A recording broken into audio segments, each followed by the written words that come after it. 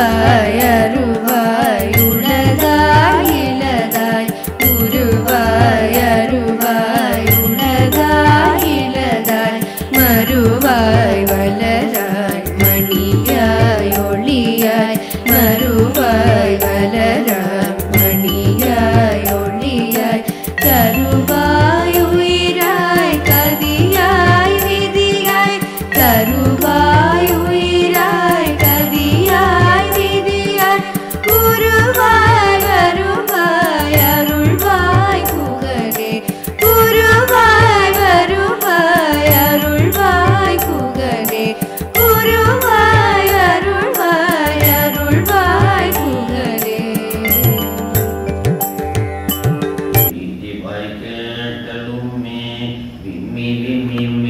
மறந்து போதா நிற்றும் புரண்டு மீன்கண் ஏதேனுமாக கிடந்தால் என்னே என்னே இதே எந்தோழி பரிசெலுரிம்பாவா நினைப்பவர் மனம் கோயிலாய் கொண்ட எம்பெருமானது திருவடிகளை போற்றி துதிக்கின்றோம். சைவ நன்னெறிதனை உலகமெல்லாம் பரவச் செய்து கொண்டிருக்கின்ற மகா சன்னிதானமுடைய குருநான் திருவடிகளை போற்றி துதிக்கின்றோம்.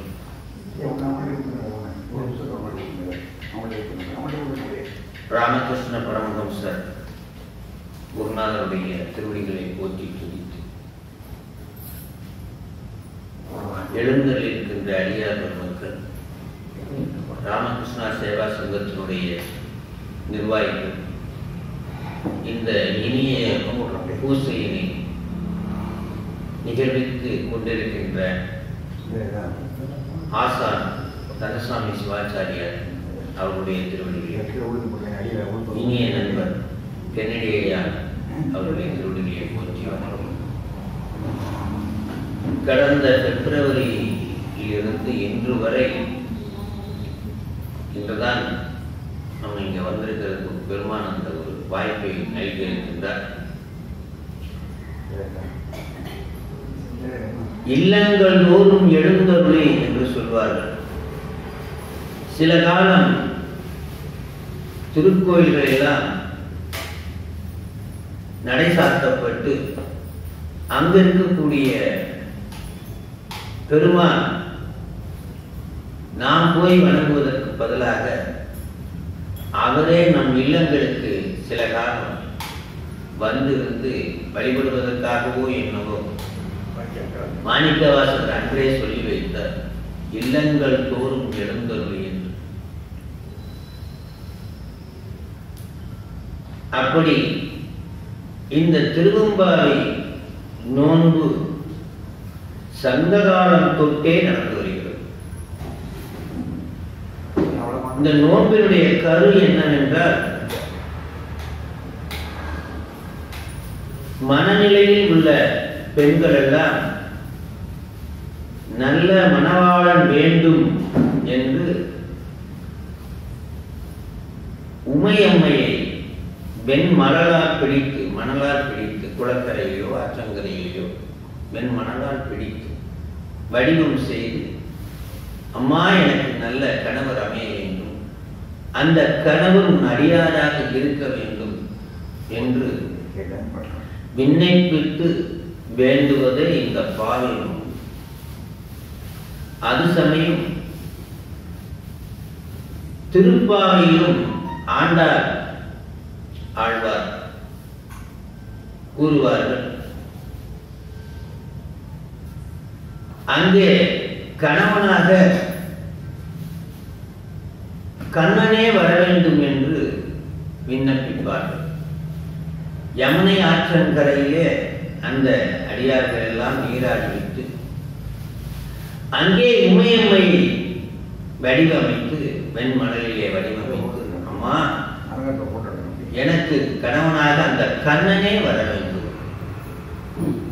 கண்ணன் என்பது ஒரு அடியார் என்பதை நம்ம மறந்துவிட்டோம். கண்ணனும் ஒரு அடியார்.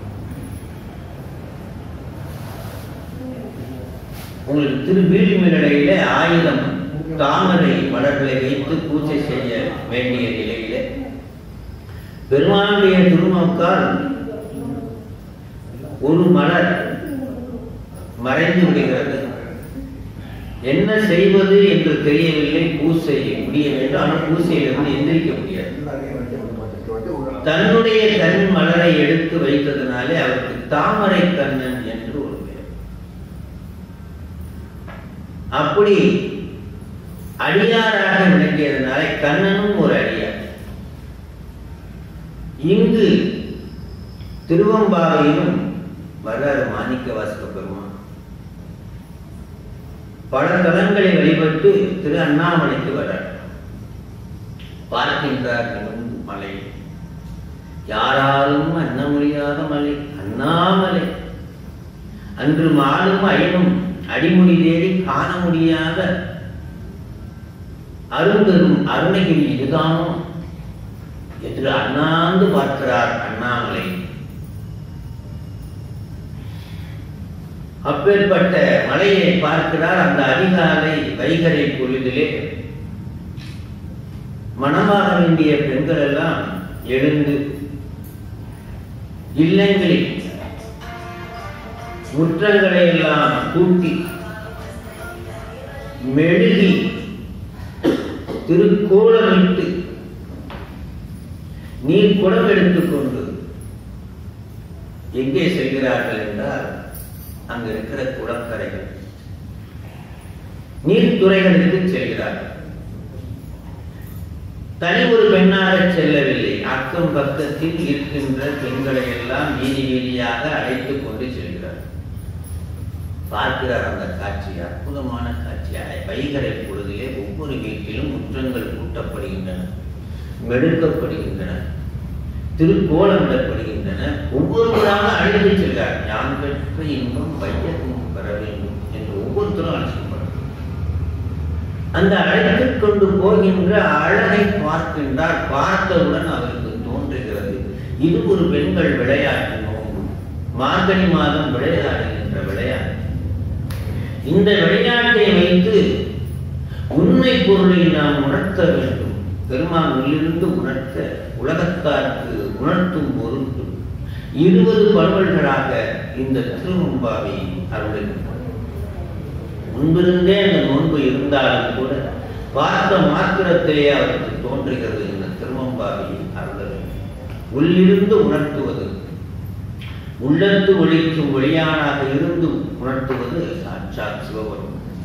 குருநாதரே உள்ளிருந்து உணர்த்துகிறார். அங்கே கண்ட பெருந்துறையில் கண்ட குருமணியை அண்ணாமலையில் காண்கிறார்கள். கண்டவுடன் புரிந்ததுதான் இந்த திருவம்பாவை. திருவாசகம் திருமுறைகளின் கிரீடமாக இருக்கிறது. 8ஆம் திருமுறை சிகாமந்திரம் என்று சொல்வார். சிகாமந்திரம்னா உயிருக்கு தலையாய மந்திரம் அப்படின்வாங்க. திருமுறைகளிலே 8 என்பது சிகாமந்திரமாக இருக்கிறது. அந்த சிகாமந்திரமாகிய அந்த திருவாசகத்திலே அந்த கிரீடத்திலே வைக்கக்கூடிய மணி முத்தாக இருப்பதுதான் இந்த திருவம்பாவை. ஆக அத்துணையிலும் கிரீடத்திலும் ஒரு முத்தாக இருப்பது திருவம்பாவை. ஏன் என்று சொல்கிறேன் என்றால், மார்கழி திங்களிலே திருவாதிரை நாள், இன்னும் 10 நாள் வருது திருவாதிரை நட்சத்திரம். அதற்கு முந்தைய 10 நாட்கள் கொடியேற்றி அற்புதமாக இந்த விழா நடந்தது. அந்த 10 நாட்களும் சைவ சான்றோர்கள் ஒரு மரபாக வைத்திருக்கிறார்கள். பாவை மட்டுமே பெருமானுக்கு சாத்த வேண்டும் என்று, திருவம்பாவை மட்டுமே சாத்த வேண்டும். அப்படி என்றால் அந்த கிரீடத்தில் உள்ள மணி முத்தாக எழுதியிருக்கிறது என்பதை நாம் தெரிந்து கொள்ள வேண்டும். அந்த விளையாட்டு அவ்வளவு சைவ சித்தாந்த கருத்துக்களையும் இந்த திருவம்பாவை நமக்கு உணர்த்துகிறது. முதல் 10 படவல்கள் வீட்டிலிருந்து எழுப்பிக் கொண்டு ஆசல் வரை அவைய போய் ஒவ்வொரு வீடா சென்று திருக்கோயில்களில் வாசலையும் கடந்து இடையில் இருக்கக்கூடிய திருக்கோயில்களை கடந்து போறாங்க. போகும்போது நான் வருவோம், குளிச்சுட்டு வருவோம். அங்கே காலையில அதிகாலை பொழியில இந்த மணமாகாத பெண்கள்லாம் போயிட்டு இருக்கிறாங்க. அங்கே மணமான பெண்கள் எல்லாம் திருக்கோயில கூட்டி வழிகிட்டு இருக்காங்க, கோலம் போட்டு இருக்காங்க. இவங்க நோம்புக்கு போய்கிட்டு இருக்காங்க. அப்ப சொல்லிட்டு போறாங்க, வினா பிள்ளைகள் ஏதவன் ஊர் ஏதவன் பேர் ஆறுச்சார் ஆரையலார் ஏதவனை பாடும் பரிசேலோர் என்பாவா என்றார்கள். என்ன பாடுறதுன்னு தெரியல, நீங்க தான் சொல்லணும், நாங்க போய் குளிச்சுட்டு வந்துடுறோம் அப்படின்ட்டு போய்கிட்டே இருக்காங்க. முதல் 10 பழுவல்கள் ஒரு நிலையை குறிக்கிறது, அப்படியே போறாங்க, நீராட போறாங்க. அடுத்த 10 பழுவல்களும் அந்த நீராடல்களை ஆடிவிட்டு இங்கே இறைவனிடம் விண்ணப்பம் செய்கிறார், நோன்பு செய்கிறார். 19வது பாட்டில் நோம்பினுடைய விண்ணப்பத்தை செய்கிறார். என்ன செய்கிறார்கள் என்றால், என்ன செய்கிறார் 19வது பாட்டில், உன் கையில் பிள்ளை உனக்கே அடைக்கலம் என்று அங்கு அப்பளம் சொல் புதுக்கும் அச்சத்தார். விண்ணப்பம் ரிசல்ட். இந்த பூஜை எதற்காக செய்யப்படுகிறது என்பதை அற்புதமாக சொல்றார். உன் கையில் பிள்ளை உனக்கே அடைக்கலம் என்று அங்கு அப்பளம் சொல். பழம் சொல்னா பழமொழி. கல்யாணத்துல நம்ம என்ன செய்வோம்னா, பெண்ணை நிறைய பேர் கட்டி கொடுக்க போறீங்க, கட்டி கொடுத்தவங்களும் இருப்பீங்க. போகும்போது கணவன்கிட்ட அந்த மாமியார் வீட்டில் சொல்லி ஒப்படைப்பீங்க, இனிமே இந்த பொண்ணு உங்களுக்கு பார்த்து கொடுத்துட்டோம், நீங்க தான் உங்கள்கிட்ட அடைக்கலம். நமக்கு இவ்வளவு காலம் உரிமையாக இருந்த ஒரு பெண் இப்பொழுது அடைக்கலமாக சென்று விட்டார். இப்போ உரிமைக்காரர்கள் பெண்ணை நன்றாக பார்க்க வேண்டுமா, அடைக்கலமாக வைத்திருப்பவர்கள் பெண்ணை நன்றாக பார்த்துக் கொள்ள வேண்டும்? சந்தேகமே இல்லை. அடைக்கலம் என்று யார் வந்தார்களோ அவர்களை நன்றாக பார்க்கும். சொந்த பொருளை விட்டால் விடலாமே ஒழிய அடைக்கலமாக வந்த பொருளை மிகவும் நன்றாக பார்க்கும். அதுக்காக தான் அந்த விண்ணப்பத்தை சொல்றாங்க. உன் கையில் பிள்ளை ஒப்படைக்கிறாங்க, தவஸ்கோ என் பொண்ணு உனக்கு தான். உன் கையில் பிள்ளை உனக்கே அடைக்கலம் என்று அங்கு அப்பறம் சொல் புதுக்கும் அச்சத்தார் எங்கள் பெருமான் உமக்கு ஒன்று உரைப்போம் கேள். சாமி உங்களுக்கு ஒரே ஒரு விண்ணப்பம். எங்கொங்கையின் நண்பர் அல்லாதோ சேர்க்க எங்கை உனக்கல்லாலும் எப்படியும் செய்யக்க கங்குள் பகல் எங்கள் மற்றொன்றும் காணக்க. அப்படின்னா என்ன? உன் அடியார் அல்லாத யாரும் எனக்கு கணவனாக வந்திருக்க, உன் அடியார் கணவனாக வந்தால்தான் நான் உன்னுடைய திருவடிக்கு சேவை செய்ய முடியும் என்று அற்புதமாக சொல்கிறார். அவ்வாறாக இருந்தால் எங்களில் என் ஞாயிறு எமக்கு ஏழோ என்பார்.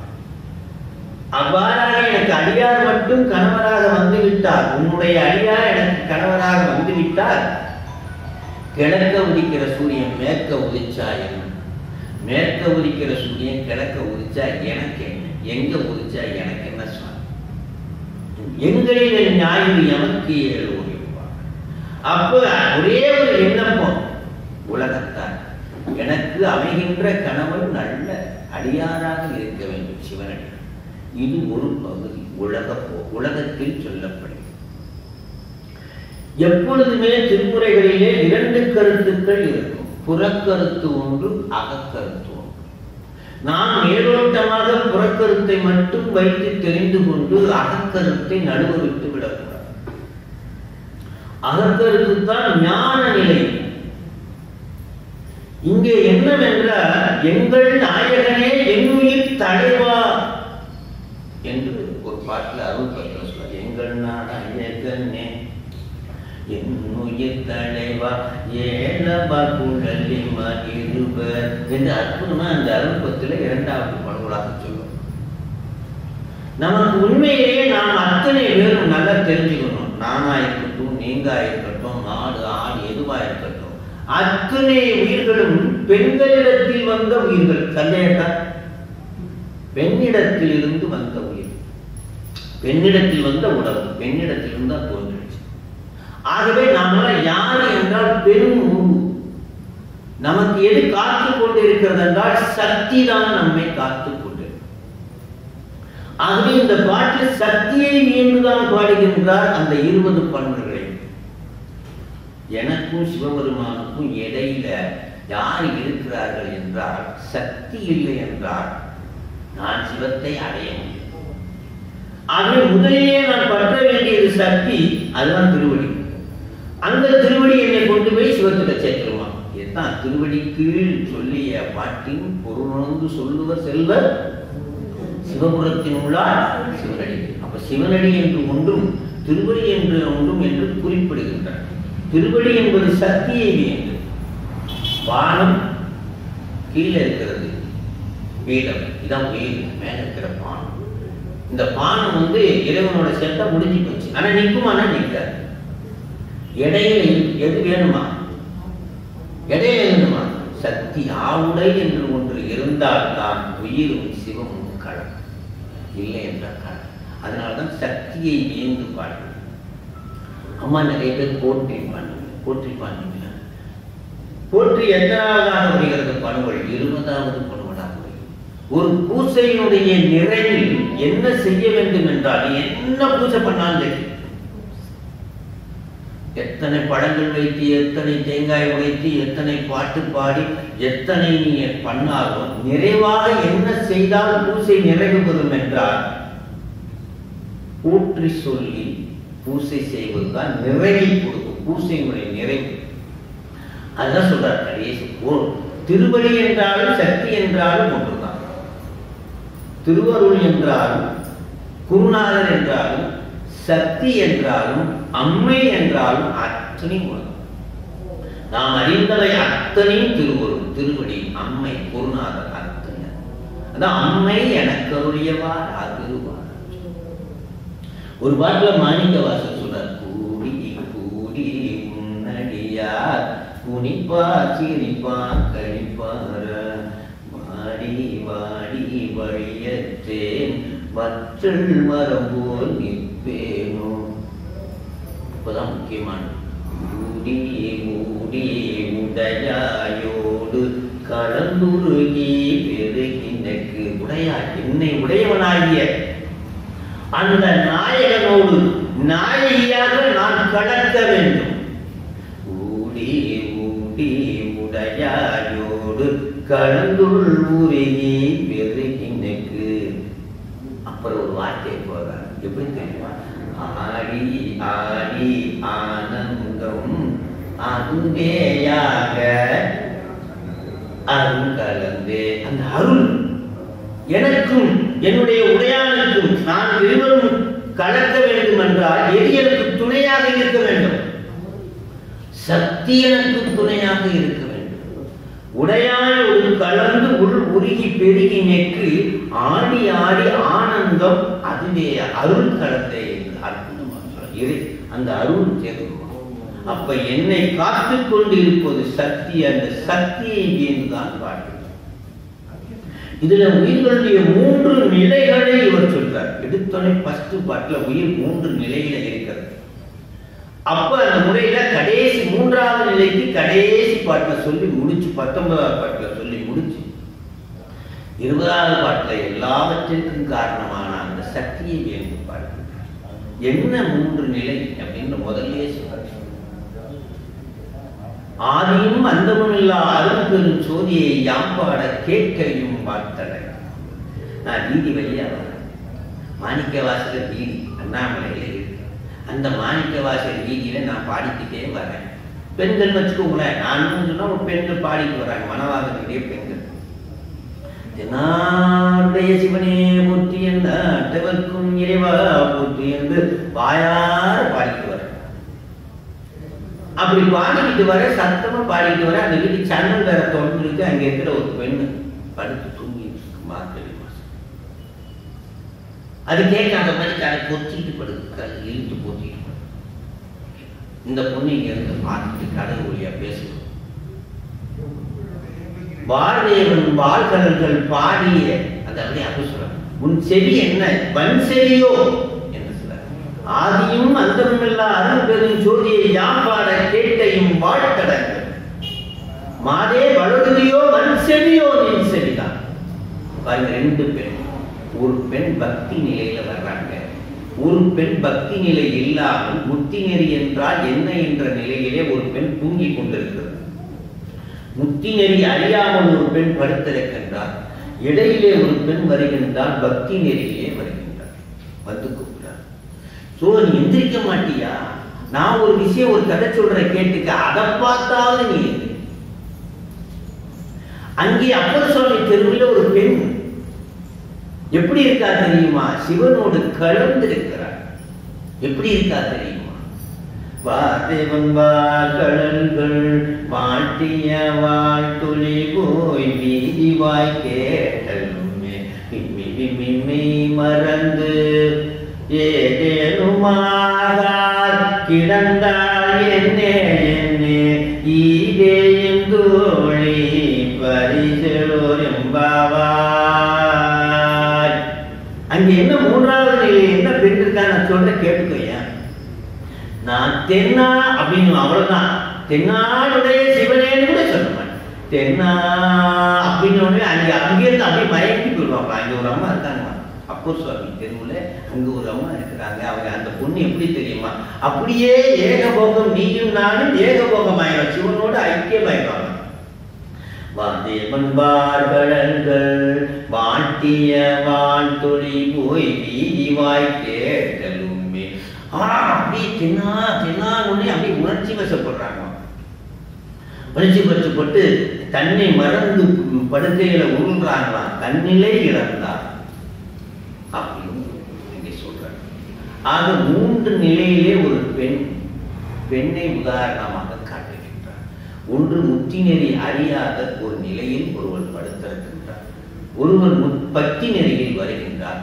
பக்தி நெறியில் உள்ளவர் முத்தி நெறியில் உள்ள ஒரு பெண்ணை பற்றி நீயும் நான் ஏகபோகமாக அங்கே இருக்கின்ற ஒரு பெண்ணை பற்றி சொல்லி அந்த பெண்போல் நானும் ஆவோம், வா கிளம்பு கிளம்பு கிளம்பு என்று கூப்பிடுகிறார். அந்த மாதிரி ஒரு பாடலை முதல் பாடலாக வைத்து 3 நிலையில் நாம் இருக்கிறோம். முத்தி என்றால் என்ன என்ற நிலையிலும், பக்தி நிலையிலும், அப்புறம் என்ன முத்தி நிலையிலும் இருக்கிறோம் என்பதை இதைத்தான் சைவ சித்தாந்தம் கேவலம் சகலம் சூத்தம் என்று சொல்கிறார். முத்தி நெறி அறியாத முகரோடு முயல்வேன் பக்தி நெறி அறிவித்து படவினைகள் பாரும் வண்ணம் சித்தமதம் அருவித்து சிவம் ஆக்கி எனையாண்ட அத்தன் என கருளியவாறு பெறுவார். அச்சோமே பாராத எனக்கு சிவபெருமான் அருளி. முத்தி நெறி அறியாமல் ஒரு பெண் இருக்கிறார், அடுத்து பக்தி நெறிக்கு வருகின்றார். பக்தி நெறி அறிவித்து அப்புறம் வடவினைகள் பாரும் வண்ணம் சித்தமலம் அறிவித்து சிவமாக்கிய. இவ்வாறாக 3 நிலைகளை உயிர்கள் இருக்கின்றன. அந்த 3வது நிலைக்கு நாம் வர வேண்டும் என்று உள்ளடக்கி சொல். ஐயா நீ ஆட்கொண்டருளும் விளையாட்டில் உய்வார்கள் உய்யும் வகையெல்லாம் உயிர்ந்தொழிந்தே. அற்புதம். சிவபெருமான் 2 விளையாட்டு தான் விளையாடுறாரா? He is playing only 2 games. 2 விளையாட்டு தான். என்ன விளையாட்டு? அற்புதமாக எங்கும் திருமேனி எங்கும் சிவசக்தி எங்கும் திருநட்டம் எங்கும் சிதம்பரம் எங்கெங்கும் தங்கும் சிவன் அவன் அருளதன் விளையாட்டதே. சிவபெருமான் 2 விளையாட்டு, ஊன நடனம் ஞானம். அவன் எங்க இருக்கிறான் ஆடிக்கிட்டு அப்படின்னா, நாமெல்லாம் போற இடத்துக்கு கரெக்டா எல்லாரும் இங்க வாங்கன்னா வரமாட்டாங்க. ஆனா ஒரு இடத்துக்கு எல்லாரும் வருவாங்க. அந்த இடத்துல ஆடுறாங்க. எந்த இடம்? நல்லிருளில் நட்டம் பயின்றாலும் நாதனே. ஆனா நான் அங்கே போய் கும்பிட முடிய நிலைமையில இல்லை. நான் போய் சுடுகாட்ட போய் அவன் கும்பிட முடியுமா? முடியாது. அதனால அவன் என்ன பண்றான்? அங்க இருந்து இங்க வந்து உட்கார்ந்துருக்கான். எங்க இருந்து? தில்லையில் கூத்தனே. அவன் தான் எங்க இருக்கிறானா? தில்லையில் கூத்தனாக திருநடனம் ஆடுகின்றான். ஊன நடனம். அது என்ன ஊன நடனம்? ஐயா நீ ஆட்கொண்டனும் விளையாட்டில் உய்வார்கள். 2 விளையாட்டுல ஒரே ஒரு கேட்டகரி தான் உய்தா. ஒரு கேட்டகரி உய்வா கிடையாது. மழை பெய்யுதான், மழை பெய்யுதான். ஒரு பக்கம் மேடா, ஒரு பக்கம் பள்ளம். தண்ணி யாருக்கு கிடைக்கும்? மழை சமமா தான் பெய்யும். யாருக்கு தண்ணி கிடைக்கும்? பள்ளத்துல இருக்கும், மேட்டில் இருக்கிறவங்க. ஆனா மழை பெய்ய மாட்டாங்க. அந்த மேட்ல இருக்கிறவங்களுக்கு கிடைக்காது. ஆனா பள்ளத்தில் இருந்து அந்த மழையை பெற்று பயன்பெறுகிறார்களே, அவர்கள் தான் உய்வு பெற்றவர்கள். அந்த உய்வார்கள் அவர்கள் உய்யும் வகையெல்லாம் அதை பார்த்து நானும் உய்ந்தேன் சாமி. அப்படின்னா என்ன? திருமந்திரத்துல ஒரு காட்சி சொல்ற, மரத்தில் மறைந்திருந்தது மாமத யானை, மரத்தில் மறைந்திருந்தது மாமத யானை, அதை போல் உலகத்தில் மறைந்திருந்தது சிவம். அதே போல எல்லாம் மறைஞ்சிருக்கான் சிவம். மறைஞ்சு தெரியா? கணக்கு தெரியுமா? ஒருத்தர் மரத்தை பார்த்து இது என்னன்னு கேட்போம். ஒருத்தர் இது மரம்மா, ஒருத்தர் இது யானைன்னு. ஏன்னா அந்த மரத்துல என்ன இருக்கு? யானை செஞ்சிருக்காங்க. ஒரு சிலருக்கு யானை தெரியும், ஒரு சிலருக்கு மரம் தெரியும். உண்மையிலே யானையா மரமா? மரம். அது யானை மாதிரி இப்போதைக்கு வடிவமைப்பு. மரம் தெரிந்தால் யானை தெரியாது, யானை தெரிந்தால் மரம் தெரியும். மெய்ப்பொருள் தெரிந்தால் பொய்ப்பொருள் தெரியாது, பொய்ப்பொருள் தெரிந்தால் மெய்ப்பொருள் தெரியாது. ஏதாவது ஒண்ணுதான் தெரியும். அதை போல உலகத்தில் பொய்ப்பொருள் தெரிந்தால் சிவம் தெரியாது, மெய்ப்பொருளாகிய சிவம் தெரிந்தால் பொய்ப்பொருள் தெரியாது. ஆக இரண்டு விளையாட்டுக்களை இறைவன் விளையாடுகின்றான். அதுதான் சைவம் சொல்கிறது, ஐயானி ஆட்கொண்டரும் விளையாட்டு ஊன நடனம் ஞான நடனம். அந்த ஊன நடனம்னா என்ன அப்படின்னா மறைப்பாற்றல். ஞான நடனம்னா என்னன்னா அருளாற்றல் என்று சொல்ற இரண்டு விளையாட்டு. அது என்னங்க மறைப்பாற்றல்? எல்லாருக்கும் இப்போ என்ன தேவை தெரியுமா? என் பொண்ணுக்கு நல்ல இடத்துல திருமணம் முடியும், நல்ல வேலை கிடைக்கணும், நல்லா சம்பாதிக்கணும், நல்ல கம்பெனியில் படித்து நல்ல வேலைக்கு போகணும், என் பிள்ளை நல்ல வேலைக்கு போகணும், எல்லாம் சந்தோஷமாக இருக்கணும். இதுதான் மெயின். எல்லாருக்கும். ஆனா இது எல்லாம் பொய்யா? அப்ப சிவன் தெரியாதான். ஆனா சிவத்தை தெரிந்து விட்டால் என்னன்னா பொய் தெரியாது. என்னடா எல்லாமே வேணாம்ன்றீங்களா ஐயா அப்படின்னு சொல்ல முடியாது. எல்லாவற்றிலும் சிவத்தை காண வேண்டும். மறைப்பாற்றலில் இருந்து அருளாற்றல். ஐயா ஆட்கொண்டரும் விளையாட்டு, ரெண்டு விளையாட்டுக. மறைப்பாற்றல் சிவம் தன்னை மறைத்துக் கொண்டு வாரி வாரி கேட்டதையெல்லாம் வழங்குவானாம். வாரி வாரி கேட்டதையெல்லாம் வழங்குவானாம் சிவம். ஆனால் தன்னை காட்ட மாட்டான். இதுதான் மறைப்பாற்றல். அதே போல சிவத்தை நாம் நினைத்து விட்டால் சிவத்தை காட்டி உலகத்தை எல்லாம் மறைத்து விடுவான். அதனாலதான் அடியார்களுக்கு துன்பம் வருவது போல தோன்றும். மெய்ப்பொருள் நெருங்கி விட்டது என்றார். அதனாலதான் ஐயா சாமி சொல்றார், ஐயா நீ ஆட்கொண்டரும் விளையாட்டில் உய்வார்கள் உய்யும் வகையெல்லாம் உய்ந்தொழிந்தோம் என்று அற்புதமா சொல்ற. சாமி எங்கேயுமே போகலையா, இல்லங்களோறும் எழுந்தருளி. அதனாலதான் வீட்டுக்கு பேர் என்ன தெரியுமா? உங்க வீட்டுல எல்லாம் சிவபெருமான் இருக்காரா? இருக்காரா இல்லையா? இருக்கு. அதனாலதான் அதுக்கு பேர் வீடு. சிவபெருமான் இருக்கின்ற இடத்திற்கு பேர் வீடு. அதை பெறுவது பேர். அதை பெறுவது பேர். அந்த வீட்டில் சிவபெருமானை வைத்து நீங்கள் பூஜை செய்யவில்லை என்றால் அந்த பேர் வீடு கிடையாது. அது பேர் குகை. அது பேர் குகை மாதிரி தானே இருக்கு. இப்போ வீடெல்லாம் குகை மாதிரி தான் இருக்கு. ஒரு பெரிய வீடு மாதிரி இல்லை, இது குகை மாதிரி தான் இருக்கு. அப்படி இல்லங்கள் தோறும் எழுந்தருளி என்று அற்புதமா சொல்ற. இப்படியாக இறைவன் ஒவ்வொரு இல்லங்களும் எழுந்தருளி நிறைவாக அந்த பூசையிலே விண்ணப்பமாகிய 19வது மனுமதிலே அற்புதமாக அந்த பெண்கள் வைக்கின்ற விண்ணப்பம், எனக்கு ஒரே ஒரு விண்ணப்பம் தான், உன் அடியார்தான் எனக்கு கணவராக வேண்டும். இதனுடைய உள்கருத்து என்னவென்றால், சாமி நாங்களெல்லாம் பெண்கள், ஆண் நீ ஒருவன் தான், எங்கள் நாயகன் நீ ஒருவன் தான், உன்னை அடைவதுதான் எங்கள் நோக்கம் என்று சொல்லி மூன்றாவது நிலையாகிய அங்கே அப்பர் திருவிழை இருந்து சொல்றார் பார்த்தீங்களா. அப்பர் திருவிழை ஒரு பெண் வாரி இருக்கிறார், நாமும் போ அதே மாதிரி ஆகும் என்று அழைத்து செல்கிறார்கள். நிறைவாக அந்த பெண்ணை போல நம்மை ஆக்கி முதல் 10 பணுவல்களும் மறைப்பார்கள் என்று சொல்லக்கூடிய உலக போகம், அடுத்த 10 பணுவல்களும் சிவபோகத்தை நோக்கி செல்கிறது. இப்போ உலகத்தில் 2 போகம் இருக்கு, காது, பங்களா, தோட்டம், தொரவு, இதெல்லாம் நல்லா ரொம்ப மகிழ்ச்சியா இருக்கும். அதுக்கு பேர் உலகம். சிவானந்தத்தில் திளைத்திருப்பது எதுவுமே எல்லாம் போய் சிவானந்தம். இதுவும் ஒரு தங்கமும் எனக்கு சிவமா தெரியுது, இரும்பும் சிவமா தெரியுது. எனக்கு ஏதாவது அது மேல விருப்பம் வருமா? எனக்கு தெரியுது இரும்பும் சிவம், தங்கமும் சிவமா தெரியுது. இது 2 மேலே எனக்கு சிவமா தெரியும் போது இதுவும் எனக்கு ஒன்றுதான், இதுவும் எனக்கு ஒன்றுதான். ஆனால் உலகப்பற்று உள்ளவர்களுக்கு தங்கம் தங்கமாக தெரியும், இரும்பு இரும்பாக தெரியும், காணும் பொருளெல்லாம் ஒரு நாள் சிவமாக தெரியும். சுருக்கமாக ஒரே ஒரு வார்த்தையை சொல்லி நிறைவு செய்து கொள்கின்ற, பூவுக்கு 3 நிலையில் இருக்கிறது. பூவை தலையிலும் சூழலாம், இது ஒரு நிலை. இது நமச்சிவாய் உலக பூ, நமச்சிவாய மந்திரத்தை.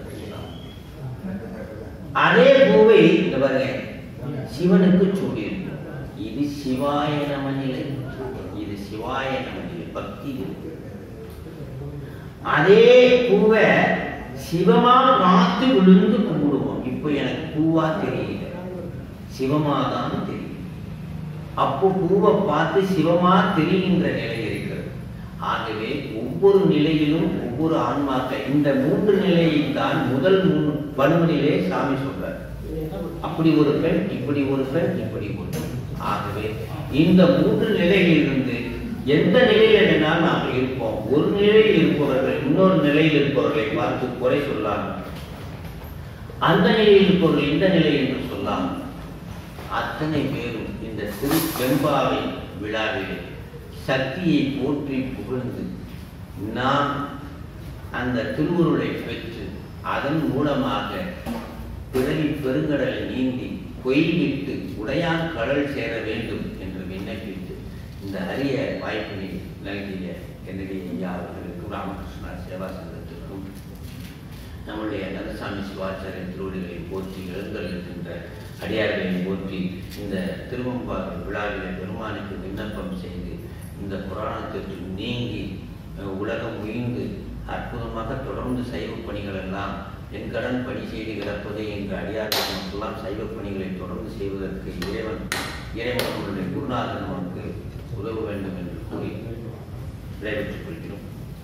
மண்ணில் வளாத தெய்வமனிதனும் சுரக்க மண்ணும் ஒரு முறை அரசு செய்கின்ற விழாதுவிகள் வாழ்வனம் மறையார்கள் அந்த மேன்மைக்குள் செய்வ நீதி விளங்குக உலகம் கைலாயபுரம் பிரேமிஸ்மியம் உகநெறி வாட்டும் என்னை பயிர்வாய்மை மேகந்தான் சென்றதை கோர்மையான பானுவாய் குஜராரும் பணித்ராம் பெருமான் பூர்ணமச்சிவாதேவன் செயலாதி மரபுடையோகம் திருமரபு நீர் தலைக்கும்.